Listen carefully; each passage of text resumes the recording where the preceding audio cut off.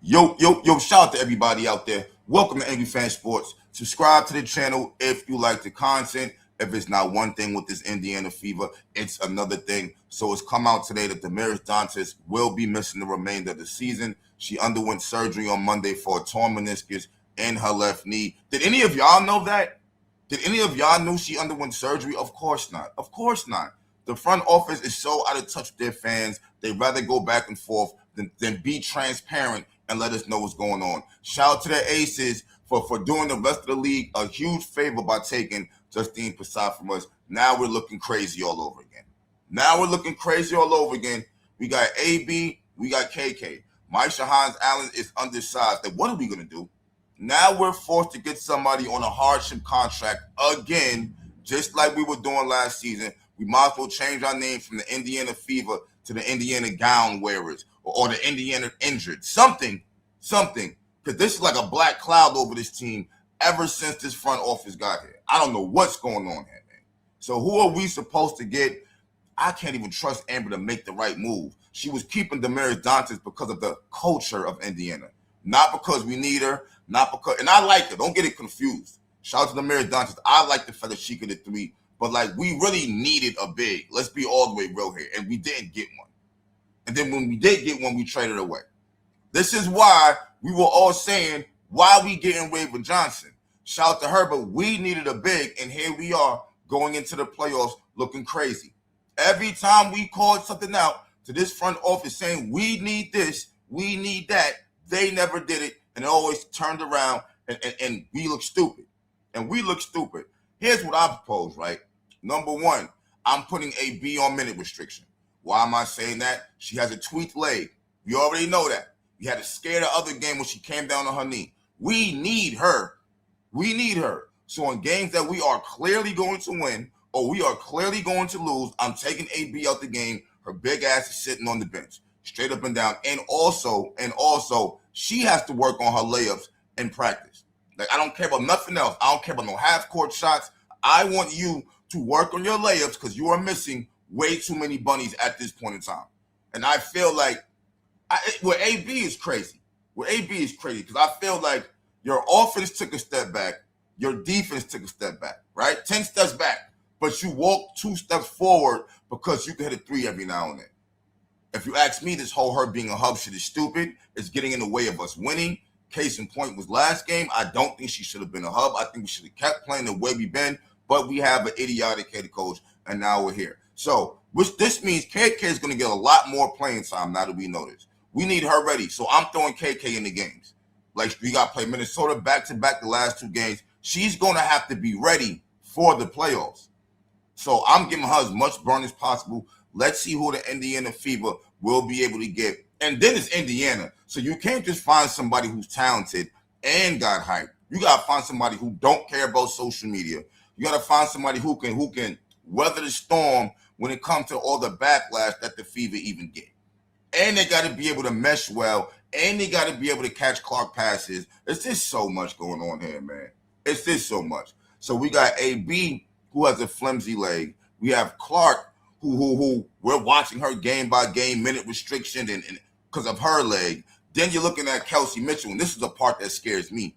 Kelsey Mitchell's body shut down last season in the playoffs because she was going too hard. She's going harder this season than she went last season. I hope nothing happened to her, but she's playing harder this season than she did last season. I will be keeping my eyes on Kelsey. I know Stephanie White, for some weird reason, thinks Kelsey's going to win an MVP, so she's not thinking logically like me. Knowing her, she's going to let Kelsey just play all the games, and if something happens to her, she's going to act like she don't know what happened. You know what I'm saying? I would start resting Kelsey a little bit more. Fuck all that stat pad. I don't even care no more. We need you for the playoffs. It's going to be here in a couple of weeks. I do not need you running your body down. Now playoffs start, and now we all injured and not really ready. That's me. That's what I would do right there. You know what I'm saying? If it's not one thing, it's another. It's so hard to really root for this team. There's so much BS going on. You know what I'm saying? Stephanie White, did you keep all them Caitlin Clark challenges in your back pocket for the playoffs? I hope so. I hope you did, because you're damn sure using them for the regular season games. It would be nice if you had put some confidence and Clark and actually had her fucking back for a change, I think that's going to play a big part because from what I can see, Stephanie White's helping these other teams out. Clark be getting clean blocks. They call foul because the referees are idiots. And Stephanie White just stands there. It's like, I don't know what the hell she even be looking at because it's just like challenge the call. And she never challenges the call. But she's never got thrown out of it. Has she ever got thrown out for Clark? Has she ever got thrown out of the game for anybody? It's almost like she's broke, not getting paid. And if she gets tossed out, she's not going to be able to pay her rent or something. Like, we need some type of something from the coach. Where's the energy at? I'm tired of you having everybody else's back, but you don't have Clark's back. It makes no fucking sense. The Indiana Fever love the Caitlin Clark revenue that's coming in from her fans, but they don't like her or her actual fans in no reality. They just like the green. That's all they care about is the green. This is nasty. Somebody got to talk to this owner, man. Somebody got to talk to this. You can't possibly tell me we're going to be doing this again next season. No. It's not like these other teams are going to be lenient towards us because we're hurt again. And then Juju going to be here next season. And then Hannah's going to be here next. Like, we can't be playing like this, man. Can we get the black cloud from over this team, please? All right? Get rid of this goddamn front office from Kelly to Amber to Stephanie White and bring in people who know basketball, man. Seriously, because this is not making any sense. And I'm not giving Stephanie White no pass next season. I don't want to hear nothing about, Damiris Dantas is out. Because that's what she tried to do last season. She tried to make it about, we didn't win it because Clark was out and this person got hurt. We're not doing that. It's sports. It happens. It happens. We've been saying the whole time to get a backup, and they did not do it. And now we're here. Now, a couple of weeks away, 1/3 of the season left, and now we don't got an adequate big. You can't make this up. But to lighten the mood up, everybody beware. Everybody beware. The Sirens are here. Let's see what's going on with this commercial here.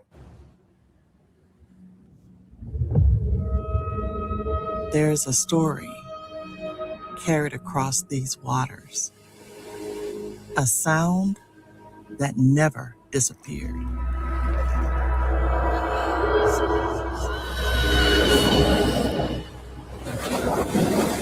Bite my tongue, bite my time, wearing a warning sign. Wait till the world is mine. They told her to be quiet, to be smaller, softer, seen but never heard. But she was never meant to whisper. You should see me in the nothing. She is the force Cleveland has been waiting for.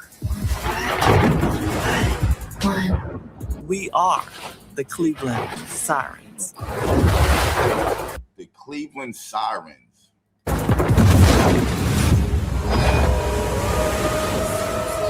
From these waters. I do not like that name, the Cleveland Siren. I don't like that name. I'm not going to lie to you. A powerful new voice rises. You should see me in the crowd.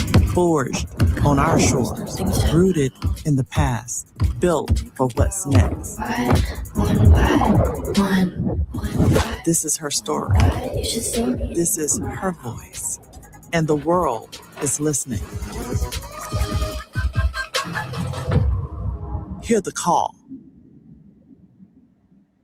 You know what's crazy now that I'm sitting here and watching this commercial thinking about this? Think about it. All right.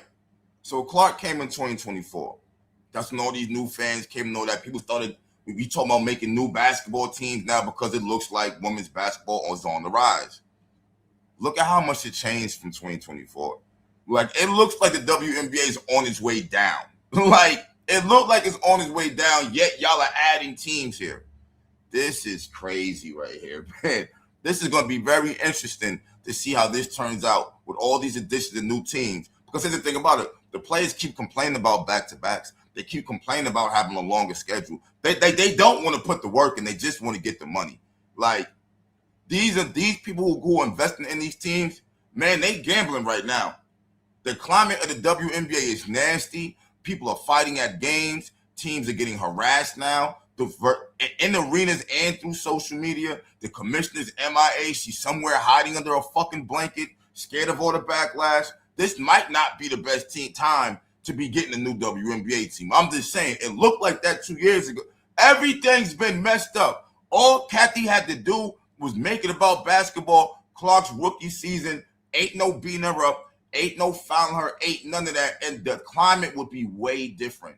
And because she didn't, it still happens now, and we are here. And freaking sane. Let me know what you guys think. Shout out to Damiris Dantas. Let's hope for once Amber Cox does something right. Can we stop making Aaliyah Boston the hub, please? Thank you, Stephanie Metheny Crackhead White. I'm out. Peace.